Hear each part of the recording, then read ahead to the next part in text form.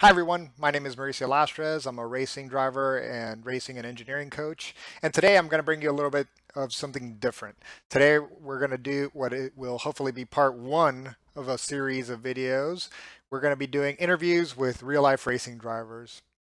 Today's driver races in the Continental Sports Car Championship Series. He is currently leading the points in that series. And well, I mean, without further ado, let's just get down to it. Let's meet who today's driver is.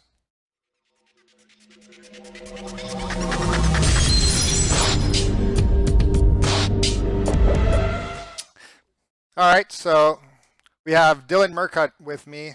Wait, let me say it again. Dylan Murcott with me, and I just want to review a couple of the things, a couple of stats, a couple of important highlights for you. So you've been running in the Continental Tire Sports Car Championship since 2013. Correct.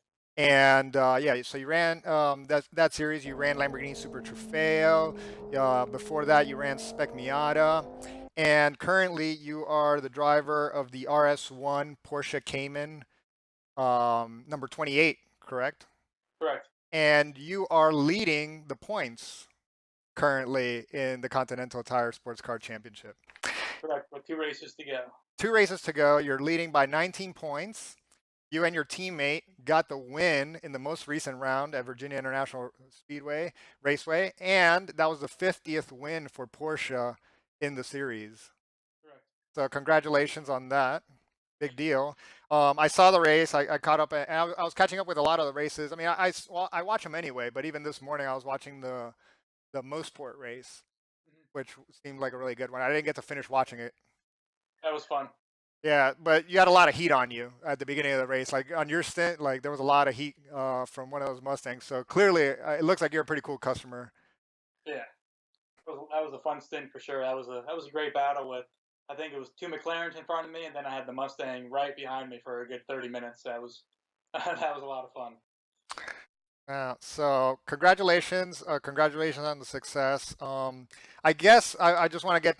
We're gonna to let everybody know we're at Mazda Raceway Laguna Seca, which is the next round of the championship. Again, there's 2 races left, and I let you choose the racetrack. I wanted it to be something that was meaningful. So, why did you choose Mazda Raceway? Are you gonna try to get some practice for the next race?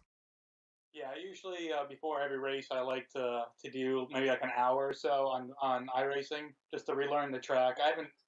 I haven't really done too much racing. 2016, I didn't do any racing at all due to the Lamborghini team shutting down, so I missed an entire season. So I haven't ran this track since early 2015. So I thought I really needed some practice before going back to it in real life. Okay. That sounds good. So we're gonna do a little bit of practice. Hopefully, we can, make the best use of this session. And then I think, obviously, we owe it to everybody. I think everybody wants to know a little bit more of the backstory of like how you got your career going in racing, especially when you moved to cars. And very quickly, you made it. I think you were running Spec Miata in 2012, and from Spec Miata, you went to Continental and Super Trofeo like very rapidly. So I think everybody would probably want to know a little bit more about that. All right, yeah. Back when I was still a senior in high school, or before that, I was racing motocross. I had a really bad injury where I fractured 2 vertebrae in my neck. And after that, when I was a senior in high school, I moved into Spec Miata. Me and my dad bought a really cheap Miata together, and we were running that a couple regional races. I got hooked up with Flat Out Motorsports. Nick Leveroni, he owns one of the biggest Flat Out or one of the biggest Spec Miata rental companies in the Northeast. So we got hooked up with them, and I started running Spec Miata races with them. And I ran with them from since 2011 to all the way to 2013. And Nick Leveroni, the owner of Flat Out, he introduced me to Chris Mitchum, who used to run Mitchum Motorsports, and basically I was able to test one of the Conti cars, and I did good enough in the test where I got a 4 race contract in 2013. And after that, I ran a full season with Mitchum in 2014 in the Conti series. We didn't have the greatest success. The cars broke a lot, but that's where I met Dylan Murcott, my current teammate in the number 28 Porsche, and yeah, basically, the rest is history. Yeah, and very rapid success. I mean, maybe you guys didn't have the best 4 races that year, but it's only been a couple of years since then, and now you find yourself leading the points. You've had an excellent season, but through consistency and then obviously the win in the last round. So, huge change in the performance and everything. Yeah. It shows a lot. And I guess it'd be really cool to know more about like I guess what work has gone on behind the scenes. Like how does someone get from when you're starting out and you're learning a series to becoming one of the top guys in the series, because now you guys have been up front every single weekend. Yeah, early in the season, the team was just coming together. I ran a few races with RS1 in 2015 when I was running the Lamborghini Super Trofeo series. And then 2016, I was basically sitting on the couch doing to my old team shutting down. But early in 2017, or early this season, the team was coming together, and we had a few problems starting the year. We had mechanical failure at Watkins Glen. Myself and my teammate had an incident at Sebring, the second race of the year, and we had a few bad pit stops. But after Watkins Glen, the team sat down. We had a big meeting and everything's clicked. Once Mosport came around, we got a second there, and the last 4 races, we had 3 seconds in the first, and we've had basically a 40-point swing in the championship, which is huge. Huge thanks to the entire team. Those last 4 races, we haven't had a single problem on pit road, and my teammate has been driving great. I've been putting in good stints as well, so it's a lot has changed, and it's really good. Fantastic. All right, well let's do the same. Let's get to work. What do you think? Let me just get the camera here to unfreeze.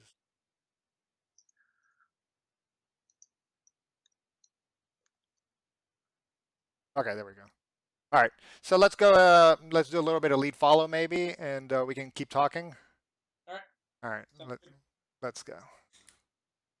All right, I'll follow you, and you show me around the racetrack. All right. And then maybe we can talk about the racetrack and everything that you remember. You've raced here before. I raced here too, and I would love to say that I'm going to be going this weekend or that next weekend just to be there, but unfortunately, that's not going to be possible. But in any case, let's see. We're in the Audi R8s. Yep. And why'd you choose the GT3 car? Obviously, that's it's quite different from the car that you drive. But what Yeah, what it's what basically what can we get out of them? a class up. Basically, we're the GT4 class, which is it's smart that IMSA did that finally. And GS to GTD is basically the next step, and so it's smart that they went from GT4 to GT3 cars. And I picked the GT3. It's pretty easy to drive, and it's not super similar to the Porsche, but it's 4 or 5 seconds faster. So I mean, it's the closest thing basically that iRacing has on here. What kind of driving aids do you have on that Cayman? We have traction control, which we don't use. We only use that in the wet. We only use that one time to see at Road America. And we have 11 different ABS settings as well. And that's really it. We don't even have a speed limiter. Oh, really? So how do you Yeah. manage pit road speed? Speedometer? Yeah, basically the speedometer and our foot. All right. So what's the key to putting down a fast lap at Mazda Raceway? It's really just being smooth. This track, it gets really, really slippery, especially in the late summer months or late fall months, basically. And it's just tire conservation and just being really smooth. And that's the big key here. Now, I purposely did something to try to make it at least a little bit more realistic. I did choose the session to be a little bit hotter and not a lot of rubber on the track, because I do know that, I mean, people get a lot of sand on there and then the grip level just goes Yeah. to shit. So I was trying to at least be helpful with that, and, that hopefully will put our lap times a little bit slower than we normally see on iRacing, but it's just way too much grip. I mean, I did do a race this week at Watkins Glen, and it was cold weather, and I almost ran out of adjustment to try to free up the car. It was so goddamn tight. Too much grip.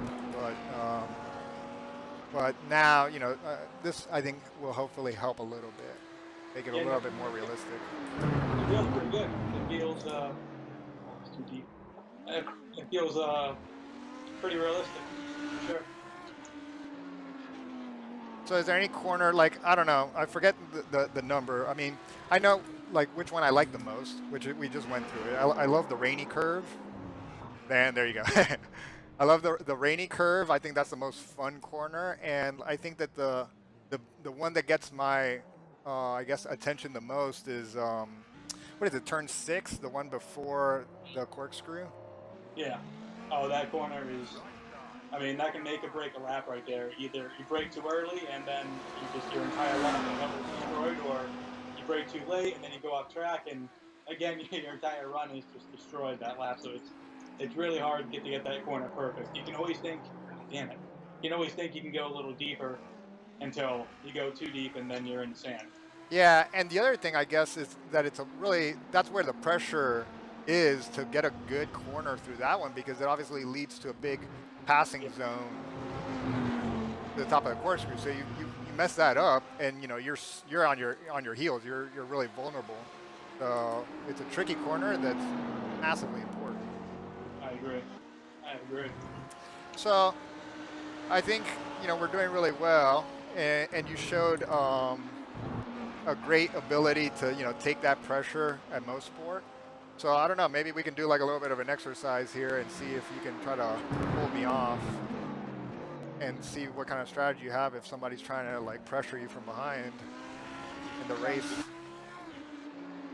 So I'm gonna see if I can try to put a little bit of pressure on you while we're talking.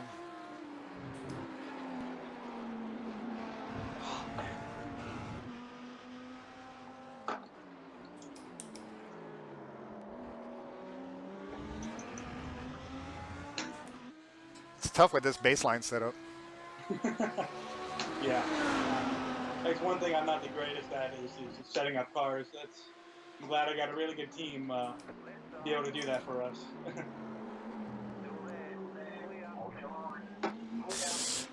Do you remember that IMSA race, the one with the Corvette and the Porsche, Magnussen and Bergmeister, I think it was, the famous one? From here, Yeah, yeah. I think I saw that on Facebook the other day. It was pretty awesome. Yeah, Magnussen tried to take him on the outside into turn 2, like into the Andretti hairpin, and Bergmeister pushed him off. That was American Le Mans, right? Yeah, yeah. Yep. Yeah, I know exactly what you're talking about. See right there, I didn't get a good run and Yeah. gained a tenth or two on me. Well, I messed it up too because I think I was in the wrong gear. Like I went down to third. Oh, ooh, I almost got in the back of you. Did I get you? No, you're good.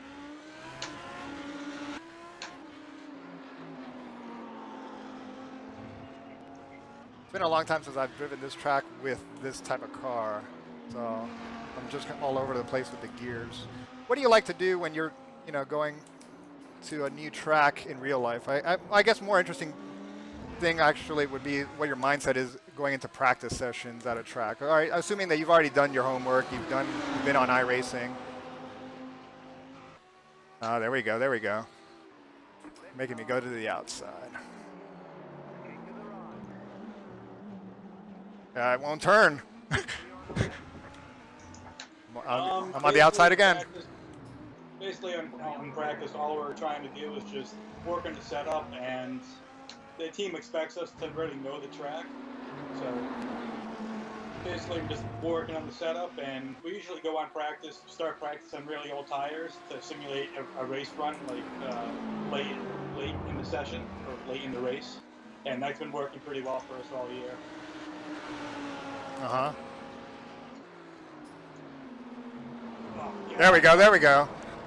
Yep, those are the famous red curves that they have on the track, and they are as big in real life as they are on here. Yeah, no, that's true. Yeah, that is definitely true.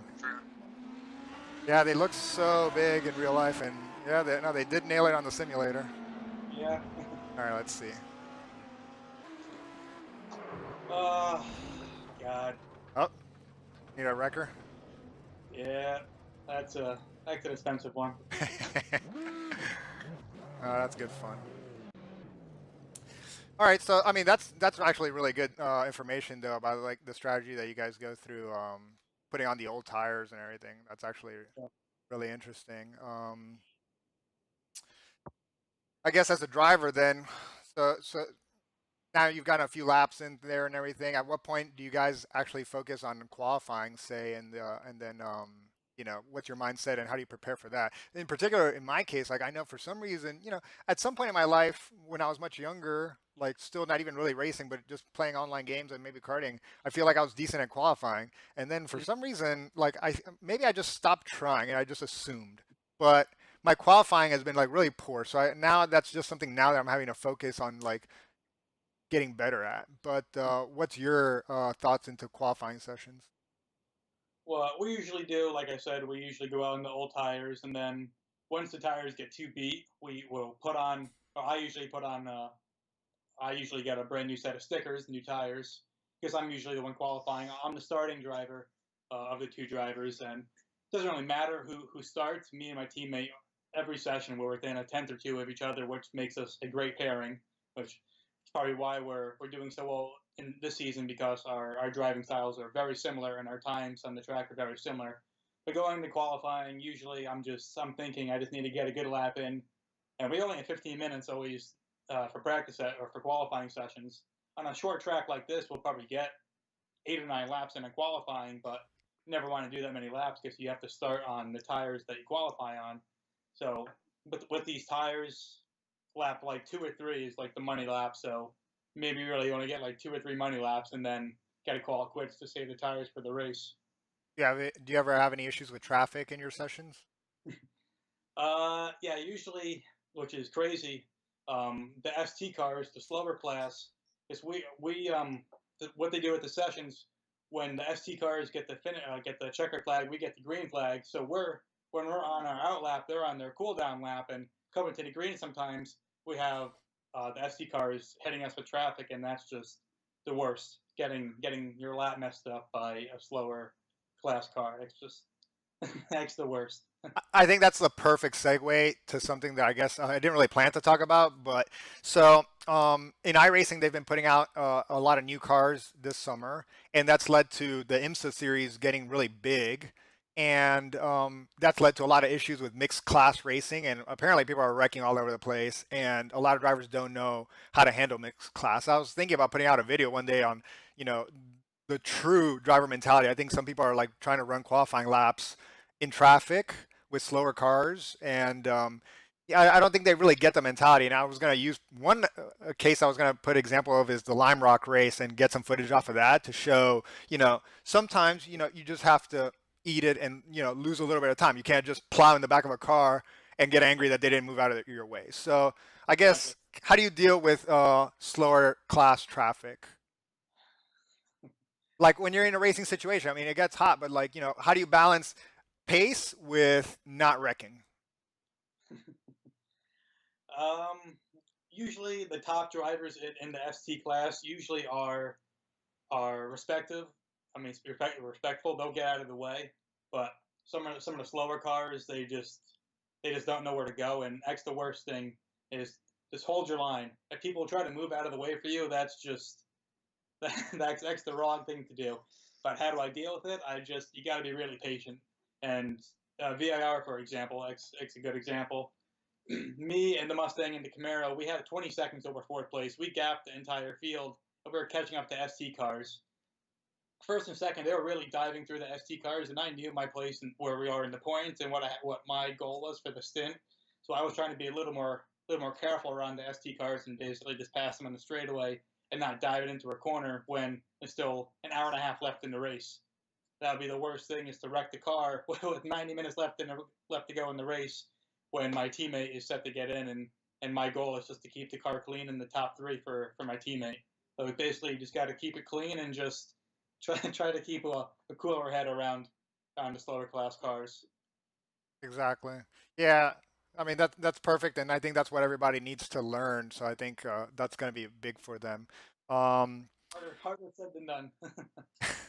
yeah, I mean that's why there's so many pages and pages of complaints and everything on the forum about how much of a shit show a certain race was, and people loading up replays and protesting people. It's getting crazy out there. So what do you usually do on iRacing? We talked about this one time offline, but so really, you spend more time doing oval racing than road racing.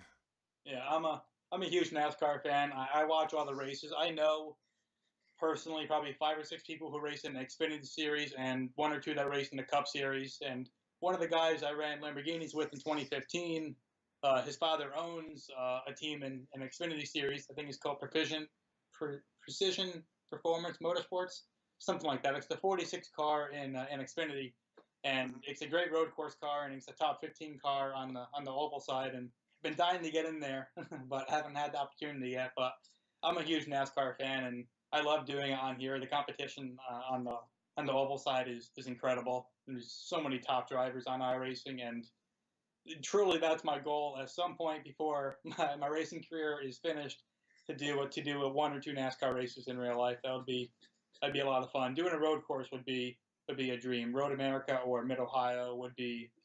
I think I could have really good results there. Seeing I know those tracks really well, and I think it would be a lot of fun. Mhm. So, I mean, I guess that leads us logically to talk about the real side of racing. And have you been working on 2018? And what are you trying to do? Obviously, it's largely going to be dependent on what happens at the end of this season, which isn't even done yet. But Yeah. what's going on for next year? Unfortunately, I have absolutely nothing lined up yet. I have great sponsors this year. I have the RS1, the team. I have Yourulz, which is a new fantasy football company. Um, and it's just been working really hard to try to stay in Conti or possibly move up to WeatherTech next year. But I would love to stay in Conti and run another GT4 next year. Next year, the series is going to be huge. You get the Audis coming in, you get the BMWs, you get the Mercedes, and actually this weekend coming up, there's a new Maserati GT4 on the entry list, so that should be pretty interesting as well. But I have nothing lined up so far for next year, but I'm going to be trying my hardest to continue racing and not have another off year. Hmm. Definitely. I mean, we know how tough it is. When do you think that you really have to start working on the following year? Two When's months ago. Yeah, that's Yeah, that puts Conti's you at really like tough. July, really.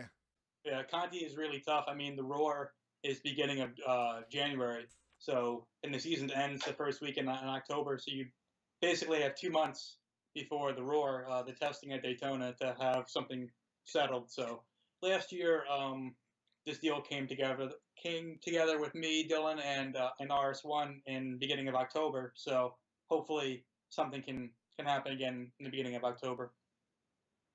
So you mentioned your buddies from NASCAR. Josh Bilicki, is he one of them? I've raced against him before in Spec Miata.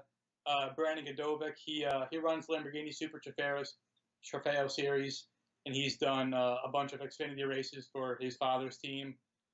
Cody Ware, I used to race against him in Lamborghini Super Trofeo. He's in the Cup Series, running the 51 car. Justin Marks, he won Xfinity race Yeah. at Mid Ohio last year, and I used to race against him in Lamborghini Super Trofeo, and there's a few other names as well. So it's pretty crazy the transition that they've made Eh, to go into the NASCAR side. The wild thing is, or the cool thing is just that everybody has kind of like taken a different path, and Yeah, like it's weird. Like Josh, I know this weekend he put out on Facebook that he's going to be running the oval race at Chicagoland and everything. Before that he had next to no oval experience really, yeah. and so like everybody's just coming from like completely different angles and everything. So I know you just gotta keep on the networking, keep working hard, and Sponsors and knowing people on the inside is the biggest thing in racing. It's not really so much about talent anymore. It's about money and trying to find the sponsor money, which is it's kind of upsetting, but it's the truth. It's you need the money to go racing, and racing is not cheap. yeah. I was watching. I had a couple long flights this summer, and I caught. I guess it was that documentary Ford versus Ferrari. From the Le Mans series season, like in the '70s. But a Okay. good portion of the documentary is stating basically the start of the companies. For Enzo Ferrari's story, and then Henry Ford's. But yeah, it's wild how Enzo Ferrari, man. You could just decide, hey, I want to be a race car driver, and Yeah. pretty much how it went. Like you just enter a few races. Like it didn't really take that much money. A small difference in talent would make a huge difference on like you'd be a mega star. Just the competition wasn't as high as anything that we have today. Yeah. But all right, let's go ahead and go on track one more time. Let's put the gloves back on. What do you think? Maybe should we try to do like a simulated start? Like, is there anything tricky about the starts in Conti that maybe we could practice? Well, in the GS class or GS GT4 class, it's nice that we're behind the pace car. It's not like the ST cars that are basically behind the slower GS cars, which can be a cluster. And that's what I used to race. So I know starts on both sides, but the hardest thing really is there's no column passing before the start finish line. So if a car in front of you has the problem, you have to stay in line. And if you pop out of line, you got a big penalty. I think it's a drive through or it's a hold plus 60 or hold plus 30. I'm not really too sure what the penalty is, but that's the toughest thing, just staying in line until the start finish line. And here, the start finish line is not really on a straightaway. It's it's it's a really big curve and a really big hill going into turn one, so it's really tough. All right, so you want to do like a practice start and then do a few laps and then we wrap it up. Yeah, sounds good. All right, we'll roll out together. I noticed that you're wearing the famous yellow gloves. You put a lot of videos, the driver's eye videos, Yeah, and so anybody that's seen them recognizes those gloves. yeah. I think I'm on my third pair now, so it's actually the first pair I got were I wear extra large gloves. I like my gloves to be a little bigger. The first set I got were mediums, and that was just a cluster. So I'm on my third pair, third pair of gloves since 2014. It's I don't know. It's something about these gloves. I saw Jimmy Johnson wear them a few years ago in NASCAR, and I'm like, man, those yellow gloves are awesome. So I was like, gotta buy them. Where are you on the track? Did you take off already? Oh, I thought we were doing an outlap and doing a Well, we got to go around to the start finish line, yeah. So, but I got to catch up to you then. yeah. I think you're like 20 seconds ahead of me. I'm going like 30 miles per hour right now. Okay, I'll catch you. So, I mean, as far as iRacing goes, like, what do you like? What don't you like about it? Like, usually everybody wants to know from real life drivers what their feedback is on the simulator. What's yours? I'm gonna ask you the same thing after I answer. You put me on the spot here. Um, I mean, they have the tracks nearly identical, especially the new tracks. I mean, they look exactly the same as they do in real life. That's what the laser scanning does. And for anybody wondering if they're struggling on iRacing, let me know driving a car in real life is a lot easier. I'm sure you can agree to that. It's a lot easier driving a car in real life. But it definitely takes some practice learning a car in a sim because obviously you feel everything in your ass when you're driving, and you really can't feel the car moving around in the track on iRacing. But I mean, I've never driven a GT3 car, unfortunately, but I bet you they are identical to what they feel like in real life. Yeah, as far as starts go, do you like to drag the brake or do you like to just be off throttle? Yeah, my foot's usually always on the brake and the gas, and just ready to go when my spotter is telling me to go. I'll count us down. Okay. 3, 2, 1, go. Shit, I didn't get a good start. All right. I guess you're just gonna have to try to defend into turn two.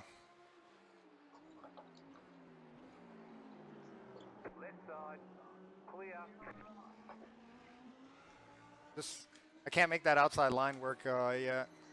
There's not a lot of grip. Yeah, I mean, my opinion on it. I mean, there's a couple things. Definitely, just hitting apexes was so hard for me for such a long time on the computer. And then the second that I did it, in real life for the first time, because I started, on simulators before I ever did anything in real life, it was so easy there. It's like so much easier to be consistent. I don't know why, but like you can just see it. It's just bigger. And then back then, obviously, like the screens were shittier too. So maybe Yeah. that's part of it. What is nice though on the simulator, you're not in a 130-degree car. You're not in a 130-degree car. You're in a nice, cool AC room or whatever you choose to be in. Yeah, but as far as one thing that I do have a complaint about more than other people talk about is I guess the feel of the car on cold tires. Yeah. Like some of these cars, they end up having to put like tire warmers on, like simulated ones, because people complain too much about how they feel like that they try to lean on them like on the outlap, the first corner, and then they wreck, and they don't like it. So then they complain until they get tire warmers, even if Yeah. the real life series doesn't use it. And sometimes they've had even the GT3 cars where yeah, you couldn't lean on the tire super hard on the first corner, but I mean by the end of the first lap you were good to go. And Yeah. it's just kind of strange. I mean, that's one thing that I do think that people, especially with lighter cars, like in the Pro Mazda car, and also maybe like other like lighter Formula cars, like you can't, the tires are not ready yet, like on the first lap. But here, yeah, you can hammer it on the first lap, you're good. Yeah. So That's basically what I was saying for qualifying in Conti is it takes a lap or two to get your tires up to speed.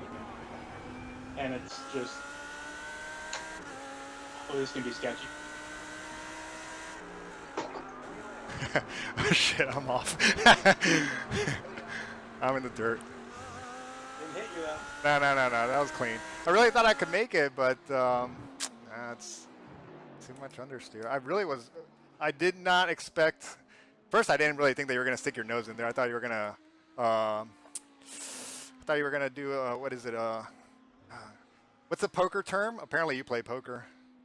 Yes, I'm a very big poker player, as you probably saw last night on Instagram. Yeah. That was a good night.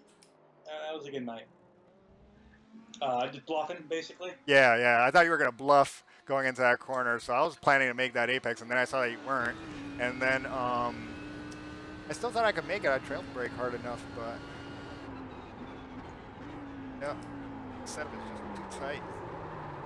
I had to save it right there. I drove in too deep. I can definitely tell you one thing: I'm a little dirtier of a driver on here than I am. Well, that's good to know. That's the thing. That's the type of stuff that people want to know. It's funny when what kind of a driver are you in real life, and when does the dirty when does the dirty Dylan come out in a race? Well, I'm usually my teammate. He's a little more aggressive than I am, and I mean our driving styles. That's basically the only difference. And I can be aggressive when I need to be, and I have been a few times this season. I don't know if you saw the Lime Rock race, but I did, yeah. I drove it down into turn one, passing the Mustang in the grass, basically, and just had to do it because I was about a second lap faster, and the leaders were gapping me, and that was aggressive Dylan right there. And I try not to do that too much, but if I need to do it, I need to do it. Oh no! Fuck! I got excited because I saw you make the mistake, and I really wanted to take advantage. I was gonna have you in the next one.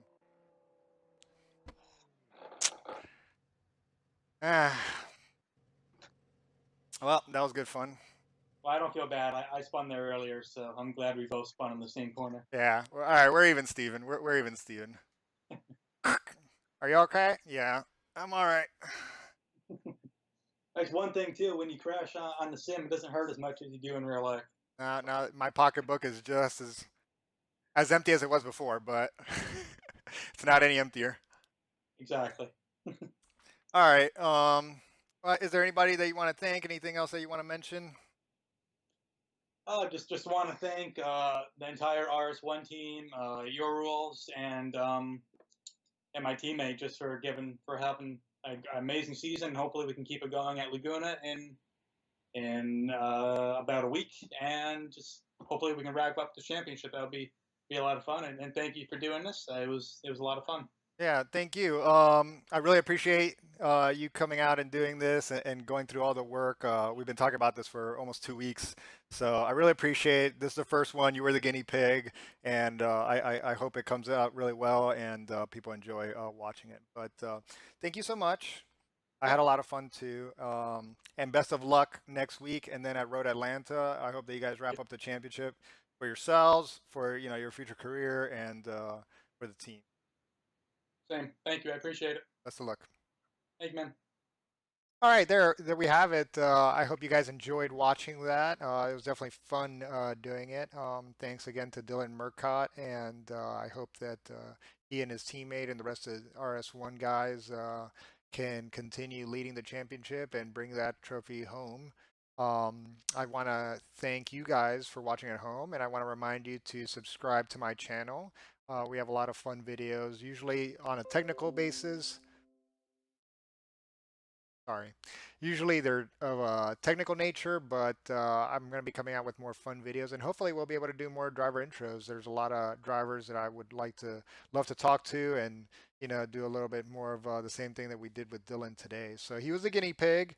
He was the very first to be on my show, and hopefully there'll be others. So don't forget, guys. I'm also on Instagram and Facebook. We can network on there. You guys can talk to me. Let me know what you guys want to see out there. Comments on the YouTube videos will work as well. But yep, you got to subscribe though. So until next time, guys, I'll see you on the racetrack.